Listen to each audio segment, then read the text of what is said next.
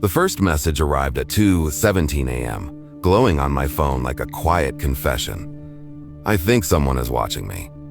If I stop replying, it wasn't my choice.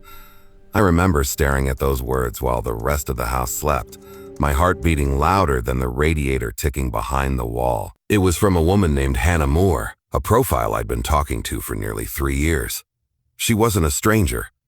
She knew my routines, my childhood dog's name, the exact scar on my wrist that I'd never posted publicly. She knew things only someone close would know, and yet, I had never met her. We'd met on a support forum for grief. She said she'd lost her sister. I said I'd lost my father. Our conversations were slow at first, careful, like two people touching something broken. She never asked for money, never sent suspicious links. Her photos were ordinary. Messy hair, tired eyes, rooms that looked lived in. That was what made it feel safe.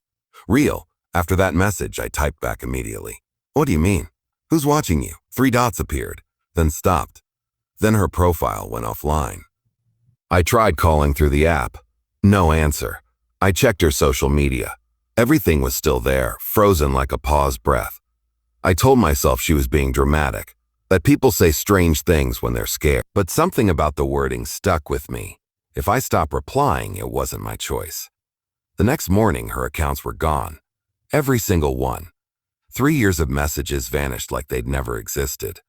Except I still had screenshots. Hundreds of them. Words she typed at 3 a.m. Laughing emojis, voice notes where she whispered because she said she didn't want to wake her flatmate. I decided to find her offline. I knew her city. Manchester. She'd sent photos of rain hitting her window, trams passing by, the view from her kitchen. I used reverse image searches. Nothing. Then I noticed something I'd missed before, the same bookshelf appearing in different photos, but the books changed positions every time. Not rearranged. Different titles altogether. That's when I searched one of her photos deeper. Metadata. The location wasn't Manchester, it was Norfolk. Rural. Isolated. A place she'd never mentioned. I drove there 2 days later, telling myself I was being stupid, that I just needed closure. The address tied to the metadata led to a narrow lane surrounded by trees that leaned inward like they were listening. The house was old, paint peeling, windows dark. No car outside. I knocked. No answer. The door wasn't locked. Inside, the air smelled damp and metallic. The furniture was sparse. No photos.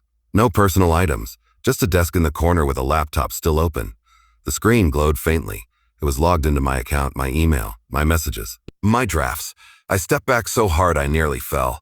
Then I saw the wall behind the desk, covered in printed screenshots, conversations, photos, my words highlighted in yellow, notes scribbled in the margins. He trusts me. He hasn't realized yet. The next phase, my phone buzzed. A new message from Hannah. You shouldn't have come. I ran out of the house back to my car, hands shaking so badly I dropped my keys twice.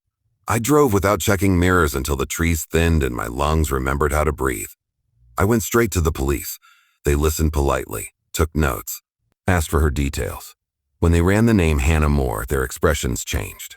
She died 4 years ago. Murdered. Buried in a shallow grave less than a mile from the house I'd just been in. The account photos? Real. The voice notes? Real. Taken from her devices before she died. The officer told me they suspected someone had been impersonating her online, but they'd never found who. The case had gone cold. Until now. They searched the house. What they found made me sick. Multiple laptops, phones, hard drives labeled with names, dozens of people from forums, dating apps, grief groups, every profile meticulously built, years of conversations archived. No DNA. That night, I deleted every account I had, changed my number, moved flats. I tried to forget. 3 months later, I received an email from an unknown address. No subject line. Just one sentence. You were my favorite. Don't make me start again. Attached was a photo, taken from inside my new flat, from my bedroom doorway. If you want, next I can.